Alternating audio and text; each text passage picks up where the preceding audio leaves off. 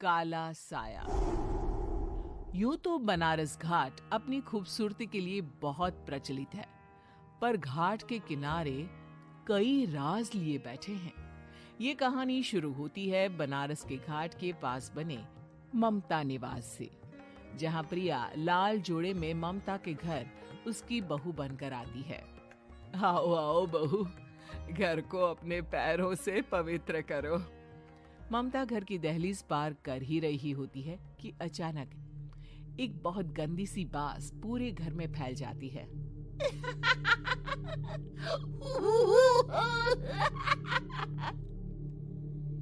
ये बदबू और ये आवाजें, ये कौन हंस रहा है माँ? अब ये पड़ोसी ना हमारे थोड़े अलग से है। कहाँ हम शाकाहारी और ये मांस मच्छी खाने वाले। छोड़, तू ध्यान मत दे और गृह प्रवेश कर। और हाँ बहू, अपनी सास की एक बात हमेशा याद रखना, इन पड़ोसियों से तो कभी बात नहीं करेगी। अच्छे लोग नहीं है ये। अपनी सास की ये बात मानेगी ना बेटा? हाँ माँ, जो आपकी मर्जी, मैं उनसे बात नहीं करूंगी। अगले दिन प्रिया अपनी पहली रसोई बनाने रसोई घर में जाती है। ये छोकी बात तो नाक में जा रही है। एक काम करती हूँ, खिड़की खोल देती हूँ। प्रिया खिड़की खोलने जाती है। इतने चाले, लगता है इस खिड़की को कभी खोला ही नहीं गया। पर ऐसा क्यों? ओह, नॉन वेज की स्मेल आती होगी ना। 2 मिनट के लिए खोल लेती हूँ, फिर बंद कर दूंगी। प्रिया खिड़की खोलती है। खिड़की खोलते ही उसकी नजर सामने वाले घर की खिड़की पर पड़ती है, जहां एक लड़की खड़ी होती है। हाथों में मेहंदी, लाल रंग की साड़ी, बिल्कुल सजी धजी, मानो प्रिया की तरह ही वो भी नई नवेली बहू हो। वो प्रिया को देखकर मुस्कुराती है। हे भगवान, माँ ने तो इनसे बात करने को मना किया था। प्रिया फौरन ही खिड़की बंद कर देती है और तवे पर चढ़े रोटी की ओर देखने लगती है, पर वहां रोटी न होकर मछली पड़ी होती है। ये क्या? पहली ही रसोई में इतनी बड़ी गलती! हे भगवान, अब मैं क्या करूं? प्रिया बहुत डर जाती है और फौरन रसोई की सफाई करने और फिर सभी के लिए खाना बनाने लग जाती है। जब वो सबको खाना परोसती है, सब तो ठीक है, मैं बेकार में चिंता कर रही थी। हे भगवान, ऐसे ही बस अपनी कृपा बनाए रखना। रात के वक्त जब सब सो रहे होते हैं, तब प्रिया को पायल की आवाज सुनाई देती है, जिससे उसकी आंख खुल जाती है। ये पायल की आवाज कहां से आ रही है? प्रिया उठकर उस आवाज के पीछे छत की सीढ़ियों तक जाती है। तभी उसे बच्चे के रोने की आवाज आती है। प्रिया छत पर जाती है तो क्या देखती है? वही लाल साड़ी वाली लड़की अपनी गोद में एक नवजात बच्चे को घुमा घुमा कर सुला रही है। तभी प्रिया की नजर उसके पेट पर पड़ती है। ओह गॉड, ये तो प्रेग्नेंट भी है। सुनिए, बच्चा सो नहीं रहा है क्या? मैं कुछ मदद करूं? नहीं नहीं, आपके घर वालों को अच्छा नहीं लगेगा, मैं संभाल लूंगी। स्नेहा की गोद से बच्चा हाथ मारकर प्रिया की गोद में आने को छटपटाने लगता है। दोनों घर अगल बगल में बने होने के कारण प्रिया उस बच्चे को गोद में ले लेती है। प्रिया के पास आते ही वो सो जाता है। बच्चे का वो स्पर्श रात भर प्रिया भूल नहीं पाती और अगली सुबह वो छत पर कपड़े सुखा रही होती है। तभी उसे एक औरत इशारा करके बुलाती है। स्नेहा कह रही थी, बाबू तुम्हारी गोद में आते ही सो गया। मैं गौरी, स्नेहा की माँ हूँ। बहू, घर आना, बाबू को खिला भी लेना। शाम को जब घर पर कोई नहीं रहता, बच्चे से मिलने के लिए प्रिया छिपकर अपनी पड़ोसन के घर चली जाती है और कुछ देर बच्चे को खिलाकर वापस लौट आती है। इसके कुछ दिन बाद ही प्रिया को पता चलता है कि वो माँ बनने वाली है।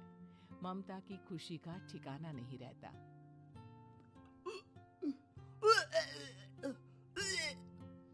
माँ जी, पता नहीं क्यों उल्टी आ रही है।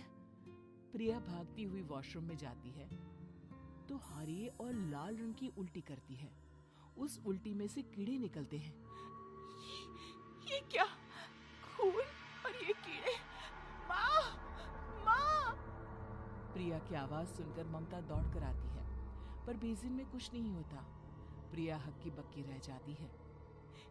ये सब क्या हो रहा है? प्रिया घबरा जाती है और अपने कमरे में जाकर सो जाती है। डर के कारण वो इतनी थक जाती है कि उसकी आंख लग जाती है। तब उसे ऐसा लगता है उसके पेट पर मानो कोई बैठा हुआ हो। कौन हो? प्रिया के पेट पर एक 5 महीने की बच्ची बैठी हुई थी, जो बुरी तरह जली हुई थी।